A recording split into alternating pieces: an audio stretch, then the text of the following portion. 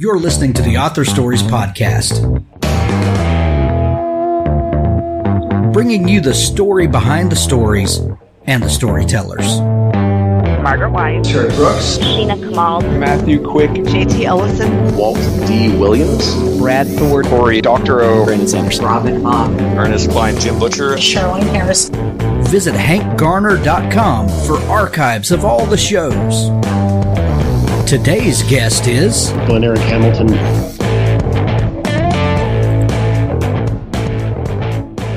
Flesh, Blood, Steel, the new book from David Allen Jones. 16-year-old Jake Harris wakes up after a horrific car accident to find 13 years have come and gone. He is 29 years old, a cyborg, and one of the world's most feared assassins. Horrified by the things he's done, things he can't remember, Jake vows never to kill again.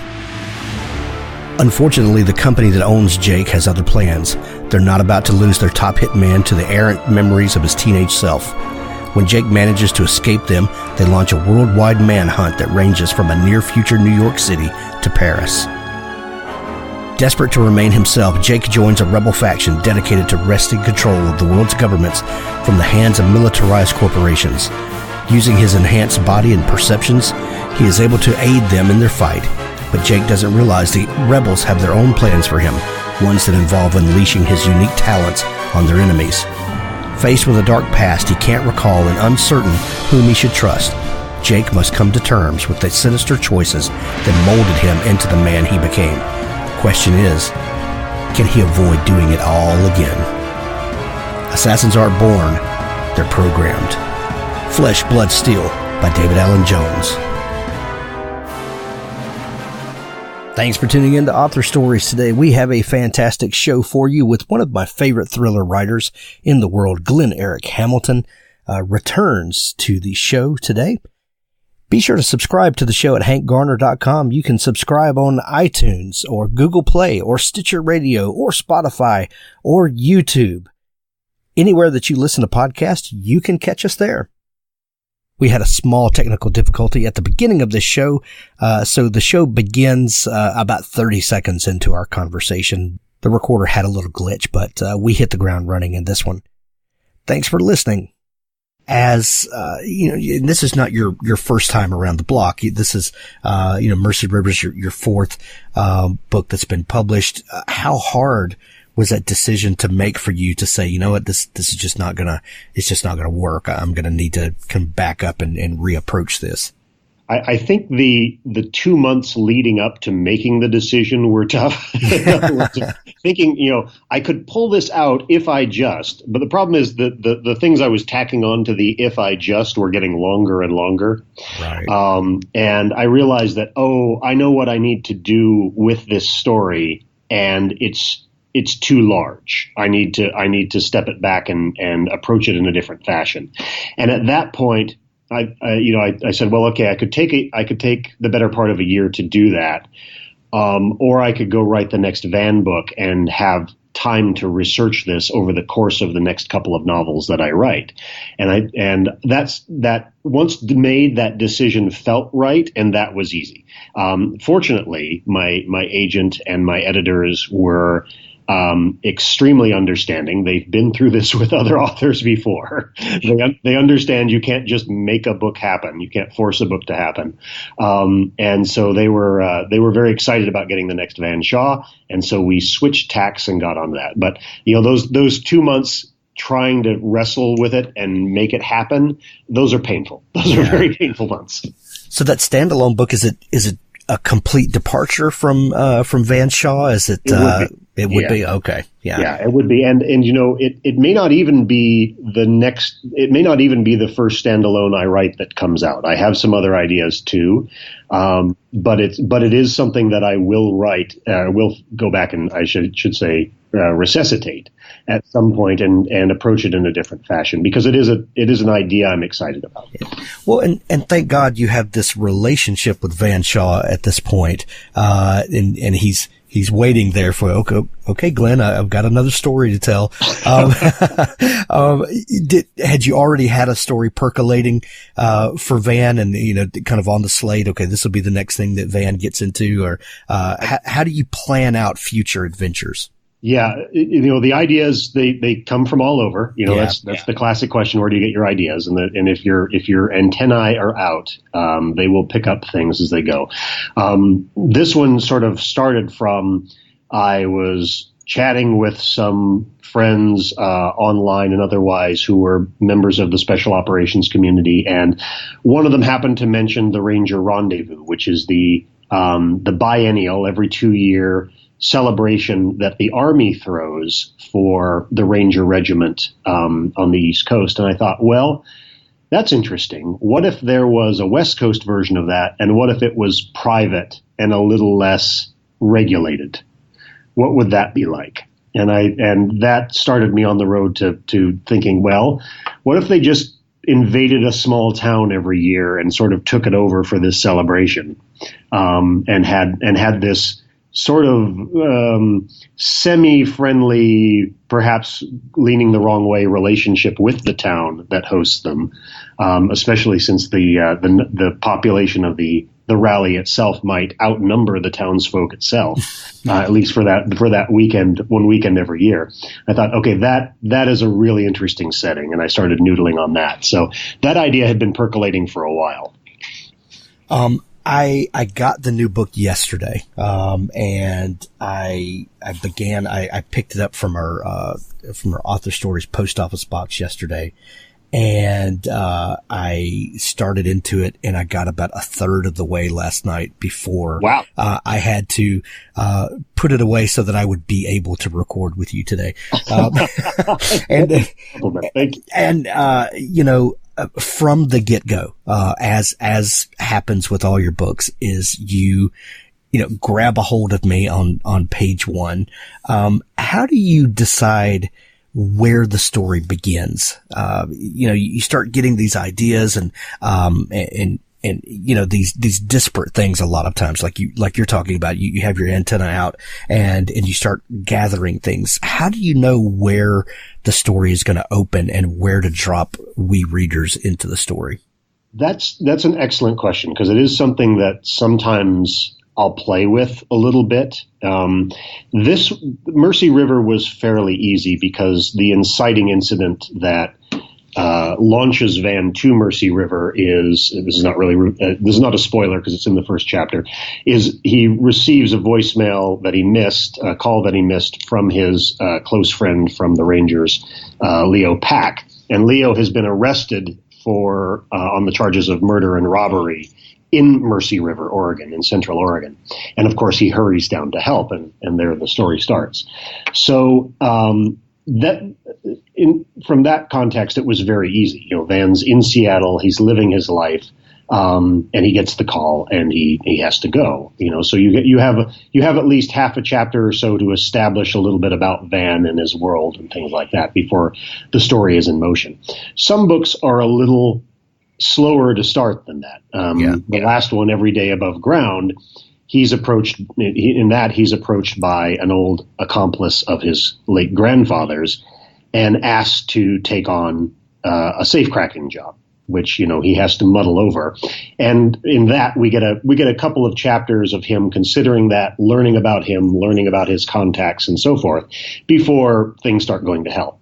So and after that, of course, and the reason you have to consider this is because that is just about the only time in a thriller novel where you get a chance to have a relaxed moment. For the most part, there might be a relaxed moment here and there within the book, but once that engine starts, it has to pick up momentum and go faster and faster, and there's less time for reflection. So where to start is really a question of how much time am I going to let the audience settle into this character and learn about this world before we start that momentum rolling. There's nothing like a great opening sentence to grab a reader to give hope for what the story is, to pique our interest, and to grab us right off the bat. The opening sentence in Mercy River is neutral ground, the best choice for hostage negotiations, selling stolen goods, and meeting ex-girlfriends. How long did you work on that? It makes it sound a little too slick, but that one came to me pretty easy because I knew he would be meeting with Luce, his ex. They're on good terms, but at the same time, they would both tacitly agree that they wouldn't meet at the bar that she owns, that Van's grandfather used to own. They wouldn't meet at one of his usual haunts on the other side of Capitol Hill. You know, they would go to some place that neither of them has necessarily a strong neighborhood connection to, just to keep it on even terms. And so that one came out fairly easily. There have been other opening lines I have wrestled with a lot. And you're right. Getting that first sentence or two correct is exactly what you will need to do. Yeah. The book tackles a lot of great subjects, things that are very timely, poignant. We're dealing with veterans issues. We're dealing with, drug addiction and this whole, opioid crisis, that we're dealing with in our country and I would imagine around the world.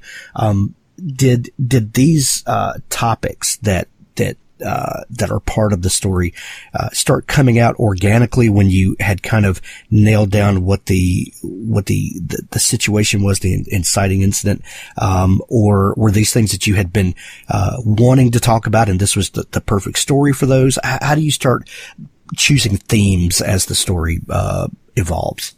Yeah, some of them are almost a given. You know, if you're going to have a collection of hundreds of veterans, you're going to talk about PTSD. You're going to talk about, which is, and hopefully in a responsible and considered fashion, right? Because they're all forms. We say PTSD, but really what we're talking about is post-traumatic symptoms, not necessarily a disorder. And almost everyone who's seen combat has some sort of post-trauma symptoms. They might be very minor, they might be very major, but there is an effect that happens when people go through traumatic circumstances, and there's going to be fallout from that.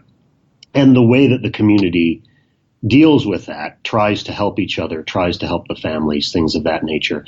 It would be irresponsible of me to have a bunch of veterans get together and not have that be at least some element of the story for some of the characters, even if it's not a leading plot factor in what's going on. The opioids was something that I did want to talk about in some books as well. And when I needed a criminal subject or criminal business to be established as part of the story and part of the plot, especially dealing with small town America and the crisis that we have. Not that the opioid crisis is limited to just rural areas by any means, but it certainly impacts the poorer segment of our population in a larger extent than the wealthier segment of our population. That seemed like a natural fit and gave me the opening to again, not pontificate on it, but at least have a few viewpoints of some of the characters about what's going on. Your books have been compared to Lee Child's Jack Reacher books by some people. Van Shaw has been compared to Jack. I really don't feel like that's a fair comparison because Reacher is such a disembodied character almost. He just kind of can show up and doesn't have baggage in one sense, but in the other sense is that he doesn't have a lot of history to draw from. And Van is very different in that he feels like a fully formed character to me. No offense to Lee Child. He's doing a different thing. But he's doing a different thing, right? Exactly. Yeah. And Van is, he feels like someone I know. How, this being your fourth book with Van, how familiar, is he to you, and is it easy to slip into his skin? It's very easy for me to slip into his skin. Van's thought patterns are my thought patterns if I were sharper, more skilled, and ready with a quick comeback. There's always a certain amount of wish fulfillment that comes in your character's ability to handle crises and think about things in a rational fashion. But Van's somewhat, I guess, wry outlook on the world is certainly part and parcel of who I am, and hence why he's my main character and the first character I've written about. To go back to the sort of the Reacher comparison, it's very flattering to be compared to Lee's work. Obviously, I'm a huge fan, but it is a different beast. Certainly, they get compared because they're both ex-military. They're both having these big adventures along the way, but they're very different. Reacher is the wandering samurai. He's a superhero. He's the man who's afraid of nothing, which is awesome for adventures. It's fantastic. The samurai Bushido sort of mindset is mentioned a couple of times in the Van novels along the way, mostly in the sense that when Van was at war, he sort of instinctively took on that mindset of being prepared to die at any time. Now that he's back home and establishing a life that he did not expect to have, he has to think more long term. He has to think strategically rather than tactically in terms of his own life. It's not just about getting through the next day. If Van is a samurai, he's one who's searching for a purpose. He's trying to find that. Reacher has found his. It's to wander the earth and help people. Van is not wandering the earth. He's got a family that, and sort of an ersatz one that he's put together, and he's trying to figure out where he stands in terms of law and order. But he's also figuring out who he is, whereas I think Reacher knows who he is. And I think maybe that's why I identify with Van more, is because he's still fighting the fight. He's still struggling to figure out what his place in the world is. Well, when you have a character that's not afraid of anything, that in essence means that he has no connection to anything. Because if you have roots, the inherent fear is that something will happen to those roots and something will happen to those connections. And you can't have, a character that, well, you have different, the character has different fears and different, wants and needs. What does Luce, provide you as a writer when you're dealing with Van and telling his stories? Yeah, Luce, for folks listening who may not know, Luce was a childhood acquaintance / friend of Van, a couple years younger than he is. And when he returns in the first book, Past Crimes, the two of them begin a relationship, which is not an easy one along the way, because Luce is the path that Van might have taken and perhaps should have taken, where Luce was also raised by an uncle in her case who was in the criminal life, sort of a low rent fence, never very successful, sort of buoyed up by people around him, and she picked up the mantle of responsibility very early in life, and she is pragmatic, she is straightforward, and she is law abiding. And while she cares deeply for Van, and may even love him, his life can't be her life, and she knows that. And the conflict between the two of them is very real to me, and something that I will continue to explore. I'm not going to spoil for you, since you're only a third of the way through the book, what happens in the book. But it is important to how Van decides to go about things in the future. Of course. People that listen to the first episode that we did, and I'll put a link to in the show notes so people can go catch up on all the good stuff we talked about. We talked about this interesting childhood that you had, and sailing the world and kind of home basing out of Seattle and that area.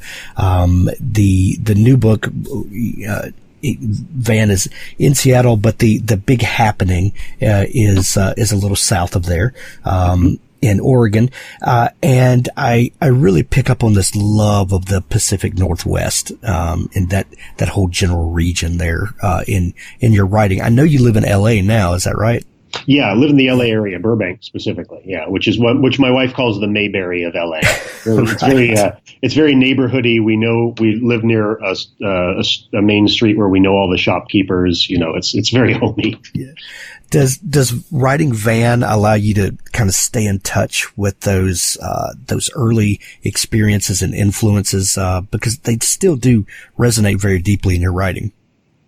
Yeah, absolutely. And I get up to Seattle with fair frequency, both to visit and to location scout. I was just up there briefly for the American Library Association's conference in January. And I had the chance to take a day and just wander around to different neighborhoods and remind myself of what they looked like and look at some new sites and think about those in prospects for Van number 5.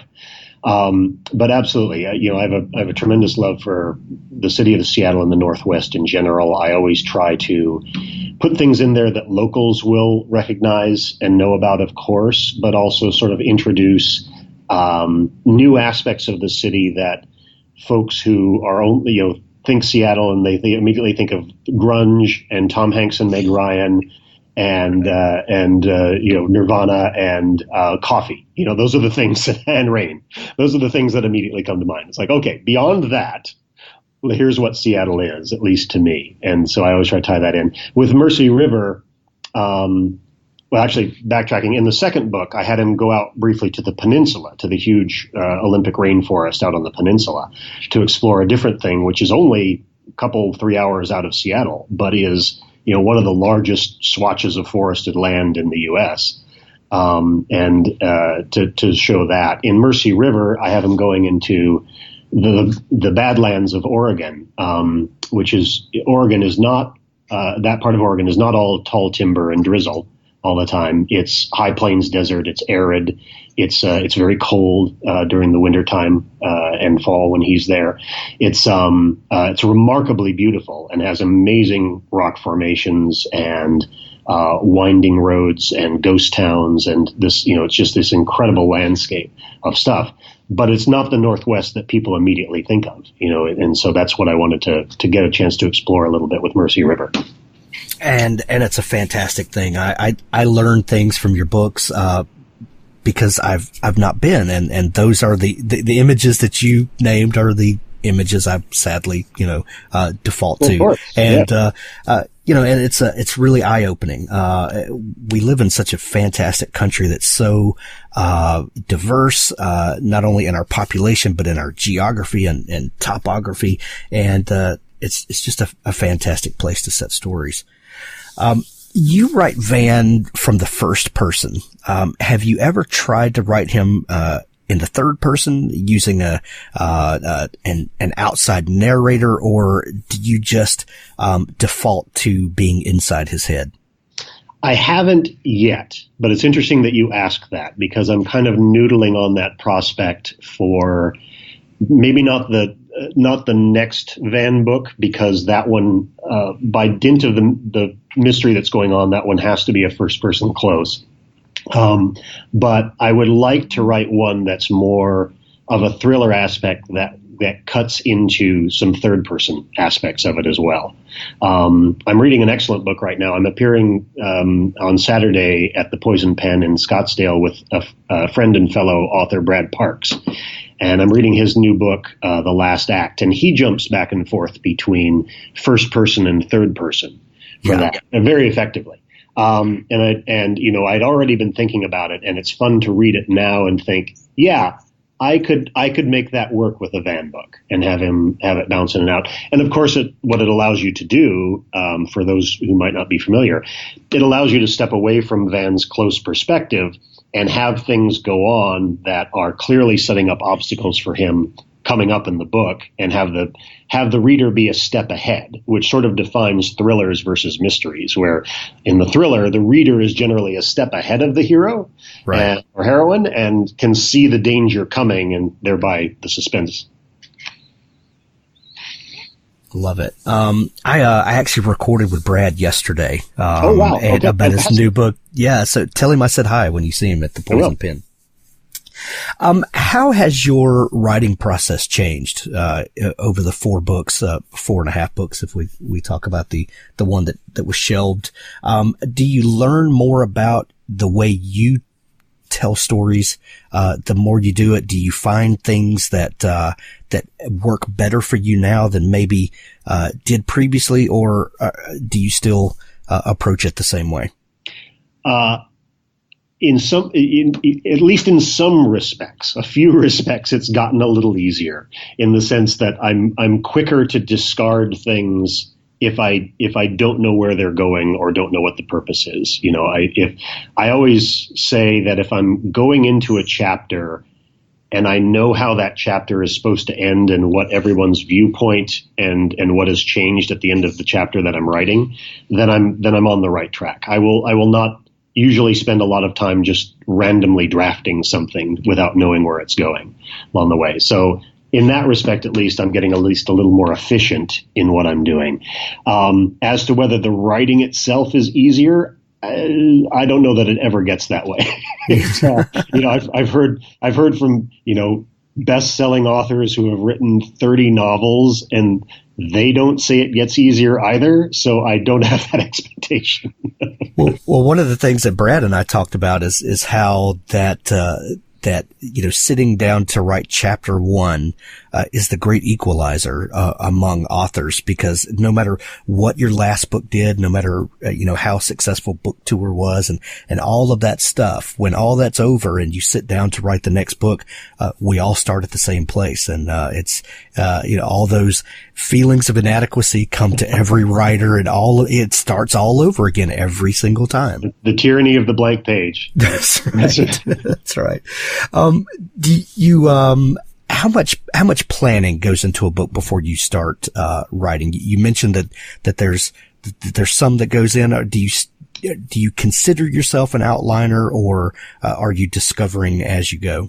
I'm sort of discovering as I go, but I think I'm finally starting to settle into what I need. The first book almost doesn't count because you go through so many drafts in a first novel that you're both outlining and writing organically with that one. The second book I had milestones in mind for the main story, and I wrote very organically for part of it. And same for book 3. And what I've learned is I'm best if I know the mile markers. I know the big moments, the big scenes that I need to get to, emotionally as well as physically in what the action. And I'm plotting out a chart in between those. Like, I've got to hit the Grand Canyon and the Rockies and Las Vegas and knowing all of that stuff. And then I can chart my path between those, hopefully, and to see some interesting sights along the way. Right. So that helps a lot to do that. If I'm writing purely organically, it just doesn't work quite as well. I end up redrafting quite a bit. And I did that a fair amount in book 2 and a little less so in book 3. I didn't have to do that nearly as much with Mercy River because I had the arc of the story very firmly in mind. And so that helped a lot. And so I think I'm one of those where I will outline the big points, and then I will write somewhat organically, play a little bit in between those to let myself get to those. I like that. You mentioned earlier the difference between a mystery and a thriller, and part of that was how we as the readers perceive what's going on. A lot of mysteries. Everything is on the table as far as anyone could die. We don't necessarily trust our narrator and things like that. But with thrillers, especially in an ongoing series thriller, we're not necessarily worried that Van's not going to make it out of this. How do you find other ways to bring tension and to keep ramping up the tension, and some would say that, killing people is the easy way out. That's the easy way to put fear in. But there are other ways to ramp that up and to keep our heart pounding. What are some of the things you go to? Sure. Well, there's always, as you say, the sort of the easy route is, find the person close to the hero and put them in danger, right? And of course that does work, and I have used that and probably will use that in the future. But hopefully you're also doing that in such a fashion that the audience isn't, or the reader isn't really sure. For example, there are a couple of characters in Van's world that if I were to kill them off, my readership would drop in half because they are so popular. And honestly, they're so popular with me too, right? I'm not probably legitimately going to use them as a source of danger. But a new character that they've just met and that the audience likes in that specific book is certainly on the table, both to me and I think in the mind of the reader, right? It's like, okay, I've just met this character. There's not a long established history with them. This might go wrong. This could go wrong. And so that's that. If you're going to put a character in danger, that's one way. The other way is to have less about maybe physical danger to an individual, but physical danger to a lot of people, or a general calamity. The bomb going off, something of that nature. And then there's also emotional danger. Right. If Van makes the wrong choice here, people get hurt, badly. And his fear of that, his need to protect people is definitely a way to add tension, because he might not die, even they might not die, but bad, nevertheless, he can mess up his life and their life pretty badly. Right. Well, the new book is out everywhere now. Mercy River, Van Shaw, #4. Glenn, I am a huge fan. You know that. I love what you're doing.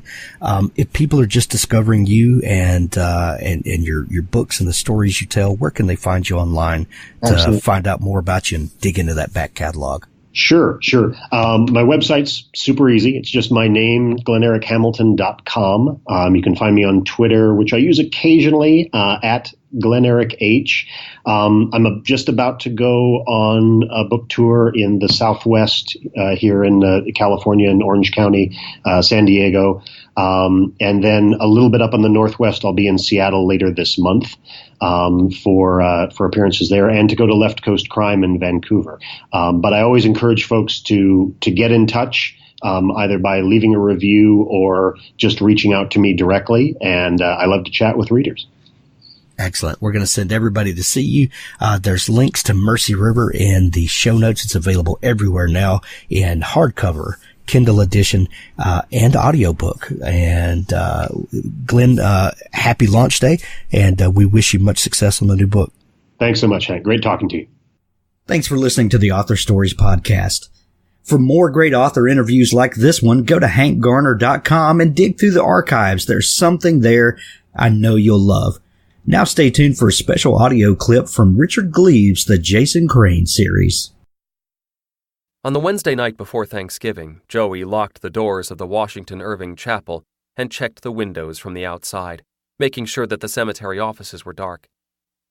Satisfied, he donned a knit cap and trudged uphill to the employee parking lot. He'd forgotten how desolate the grounds became at night. A fog had gathered, blurring the moon and stars. His rusty Volkswagen Beetle, christened Ladybug by Jason, sat in shadow alongside his dad's white van, which bore an image of the horseman and the cemetery's web address. Joey swept a palmful of condensation from Ladybug's windshield and fumbled for his keys. He heard a laugh, high and young. He froze. "Hello?" He shook off gooseflesh and found his key. He started the engine and backed out, headlights off, praying not to knock over a headstone, again. A child stood on the hillside amongst the graves. "You okay, kid? Cemetery's closed." He turned on his headlights. The child vanished. Joey idled in the drive, frowning. What had just happened? He turned off the headlights and waited for his eyes to adjust. The silhouette reappeared. The child stood in the road now, blocking his way. He and the ghost stared at each other. He bit his tongue and squinted over the steering wheel. He couldn't resolve the ghost's features, only a tiny body in ruffles? Yes, a dress. A little girl with shoulder-length hair. The figure crouched, threw its arms over its head and skipped away. A giggle followed after. The ghost skipped up the hill, turned around, and beckoned through the fog. "Please come." Joey shook his head. "No way. Ain't gonna happen." But he felt compelled to follow. What could a little girl do to him after all? He would keep a safe distance. The gravel sounded like soft rain beneath his tires. It drew him helplessly, past weeping cypresses and mausoleums blue with moonlight. He followed the giggle, the skipping ribbons, the little body made of shadow and quicksilver. The north end of the cemetery grounds rose to a steep wooded slope. The ghost had led him to Section 77, the northernmost boundary of the cemetery, but he'd lost her. He killed the engine, summoned his courage, and climbed out. The night air brought him fully awake. "Where are you?" he whispered, scanning the graves. A row of diseased hemlock trees stood at the fence line. Joey knew them well. They were dying, infested by some parasite called, he fished for the name, woolly adelgig. His crew had cut them back many times, lopping off limbs and heads, trying to save them. The hemlocks had grown back twisted and tormented. They stood as a row of grotesque sentinels guarding the threshold of the forest. The ghost climbed the slope, spun at the fence, and sat hugging her knees. The black mass of the Rockefeller State Park Preserve loomed behind her. "What do you want?" Joey whispered. "Play." He stepped forward, hands shaking. He just wanted to see her face, the face of a real ghost. To see the curve of her cheek, the sparkle that might have been her left eye. "Come and play, Joey." He froze. The sound of his name terrified him. She pointed over his shoulder. "Play with us." He turned and realized his mistake. He'd driven with his eyes on the girl, trying not to lose her, never looking behind. They had been followed.